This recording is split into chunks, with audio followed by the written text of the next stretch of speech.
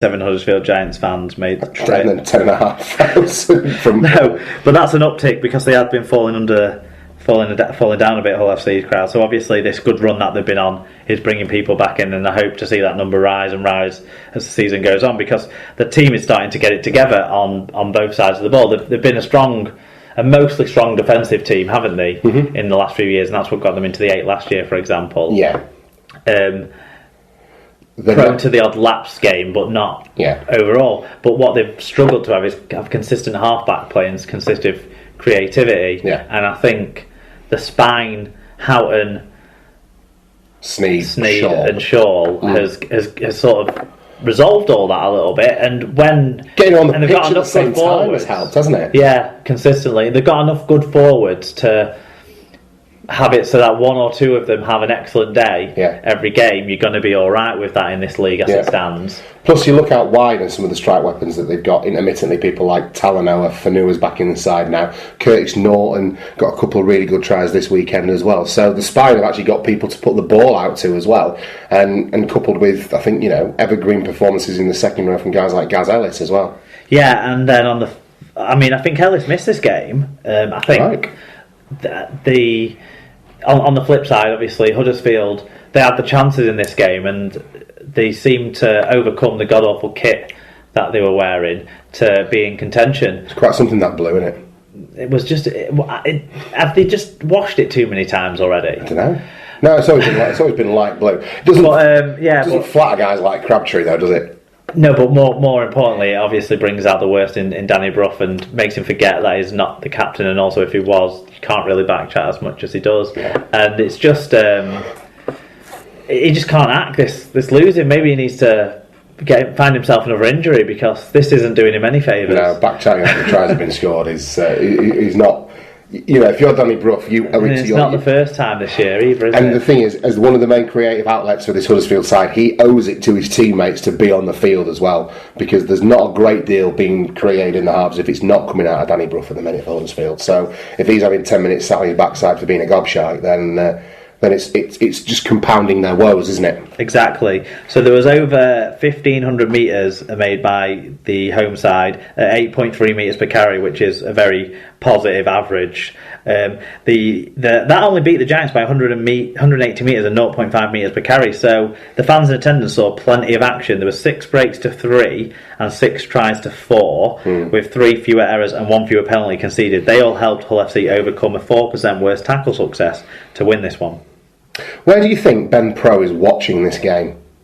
When they go to him, do you think he's sat with the rest of the commentators, but he's just got his own little screen that he's not allowed to look at? No, I think this one he was in Hull. You think he was actually in Hull? Yeah. Fair enough. I like Ben Pro. Because we've not heard enough from him to be annoyed by him yet. Do you reckon that's all it is? It's just familiarity breeds contempt, especially in rugby league supporters. We're all narky bastards, aren't we? I just admired him because he's different. Yeah, but we all liked Brian Carney until he started taking over with his views, and now we all think he's a bit of an opinionated wanker these days. But I always liked John Wells, and that hasn't changed. Yet. No, I don't think it ever will. I like John Wells. Jamie Shaw grabbed 2 tries, 7 tackles, 188 metres in another strong performance. Curtis Norton with 1 try assist, 5 tackles, 120 metres, 2 clean breaks. He was a threat again. He's just not going to lose his place, is he, the way he's played? No. Liam Watts with a try assist and 107 metres, and Danny Houghton with a try assist, 53 tackles, 10 of which were marker tackles. Just insane, Danny. Going both ways, classic Houghton style. That's it, absolutely. How about Huddersfield then? Who stood out for them? Well, Michael Lawrence, he had 54 tackles and 159 metres, so you certainly can't say he did half a shift. He's a beast, isn't he? Gene Ormsby, who looks less and less like a winger every time you see him on a rugby field, but to his credit, in his first game for the Giants, 1 try assist and 164 running metres, so he was useful. Danny Brough got a try assist and kicked a 40-20. Jermaine McGilvery with a try and 117 metres. Okay, Al Witt's got in touch. He's a Huddersfield fan. We have had bad starts to the season before, but this is something else. Must be some problems behind the scenes. Loose tackles and gaping holes in defence. Like you said, why not have Connor at fullback and have Braley use his skills in the halves? Where will the points come from? Bad times. It is worrying. Specifically with the Braley thing, I still think that they're keeping him They're trying firing to exploit his ability in broken play and his, get him on the end of things when, he's like a fourth tackle option and what have you. Whilst he learns their structures and their set plays and things and their routines, and then once he's more familiar with that, you'll see him deployed in the halves. I think it's just a kind of a gradual bedding in thing. I don't think it's a permanent decision by Paul Anderson by any stretch of the imagination. I'm not so sure. You think he's going to stay fullback? Yeah, I think that's a terrible decision. I think that's how they think he'll be best utilised at Super League level, but we'll see. Yes, we will. Scoots 28 Max. Sarah got in touch. She said, we were shaky to begin with, but that may be due to having only one half-back on the pitch. Some nice rugby played, though. Oh, yeah, didn't... Scoots is fast becoming a little outside bet for one of our a listener award. She's upped her contribution game quite significantly this season. Have you noticed? Oh, yeah, been a steady performer, yeah. She's definitely, and mostly with good points as well. Yeah. You would say. And we still love the... Yeah, she doesn't trash it at all, which is also nice. Oh, she trusts you. I'm no sport for her. That's the problem. No, she's great. Yeah. Where was I? I don't know. I was going to say something, but I can't remember what it was. So, I think it was like Josh Bowden or one of them who played at standoff. Yeah. One of the other forwards. Yes. Anyway, one of the big units. Didn't play at standoff. I think he bagged a try, didn't he, Josh Bowden, as well? I don't know. I think so. Okay, so she went on to say, some nice rugby played, though. Sneyd looking good again, but needs to learn to tackle. Huddersfield, not the worst team we've played this year. Think they will pick up some wins soon. Dr. Bob Phillips said, for the first half, I thought we were seeing the renaissance of the Giants, but Mouthy and Scrappy took over and the team fell apart. That and FC seemed really quite good. Proper top 4 team. Final word on this one goes to Andy Scrimshaw. Another good win for Hull. FC always looked like they had another gear to go into if needed. Easy win. Giants as poor as I've ever seen them. Defence particularly poor. Before the excuses for Wigan's loss come flooding in, FC had 10 of the starting 17 missing against Warrington on Easter Monday and still won. That's good, Scrimshaw. Okay. I don't know what excuses are expecting. Oh, your little face. Right. So when do I make excuses? You don't make... Oh, Mark, calm down. Please. Let's do this at the right time. Well, let's do this at the right time. I feel it coming. I feel we're getting closer to it, aren't we? Well, let's get a little bit closer to it as we jump into the other Friday night game, which saw Warrington take on St Helens in actually what turned out to be quite a very close contest over at the Halliwell Jones. 25 points to 22 in favour of the Saints in the end. Warrington almost mounting a comeback, but not quite. But it was an enjoyable game. I felt the lead chopped and changed a couple of times, and I'd say that Saints deserved it on balance. I agree. I mean, it was a really entertaining game. We were talking about not many good games. This was a good game, and it just about had the jeopardy till the end as well. Yeah. And Warrington, whilst I've not taken anything away from Saints, I think they deserved it because Theo Farge played brilliantly. He did. And the pack got themselves into the game and finally made a mark in the middle of the game. Which you weren't expecting early on or late on to be the case. First time I've been impressed by Alex Walmsley this season. He's played reasonably well, but first time impressed over a game rather than just a spell. He was impactful for the entire time, and actually he tied up a lot of Warrington players. Whereas, prior to this game, I think he's kind of not hit the heights, and that's why I've not been impressed by him. Perhaps. Yeah, definitely. No, I completely agree with that assessment. Warrington do have themselves to blame. They kicked themselves in the teeth quite a few times by dropping a lot of ball and throwing away a few opportunities, but that's not to say that Saints didn't deserve to have that happen. And the kid Theo, I mean, it's really hard to dislike him, even wearing that filthy red V. So he's an exciting player, isn't he? I think Kyler Moore's try as well. Let's take a second to appreciate the sheer athleticism of that big Cumbrian lummox to dive out and get the ball down for his try. That was a stupendous play. Yeah, and in fact, the build up to the whole try was good. It was good, and the kids scoring their tries as well. Ashworth and what's Knowles. Morgan Knowles.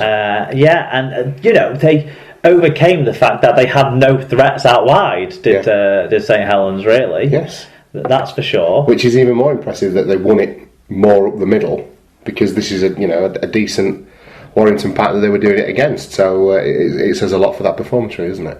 Yeah, definitely. What do you make of Warrington's refusal of the kick at the end?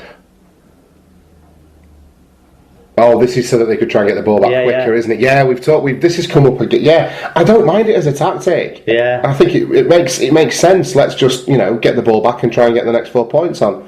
They had to go they were going to go for the win, and fair play to them. Since we brought in the you could take your conversion by a drop goal, I would have expected that to have been attempted, because I don't see how much time you save, because by the time the referee called time off, the touch judges were already behind the post because they thought it was going to be kicked. Yeah. Everyone was already sort of expecting it to be that. So I don't know how much time to save, but it's a tactic I've always supported. Yeah, presumably they felt that minute was worth saving. I got into a blazing row with a Wigan fan once, a semi-final of the Challenge Cup. The infamous Ben Failer lets Danny Maguire drop the ball and then pick it up and then score a try to win the game one, where Wigan were just about getting into it, and I just thought we had a chance, but we were still a bit behind, and I thought, right, we've got a shot here.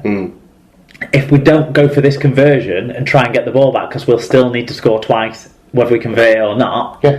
And it was out wide, and I got into a big row with this lad in front of me who wasn't for having it.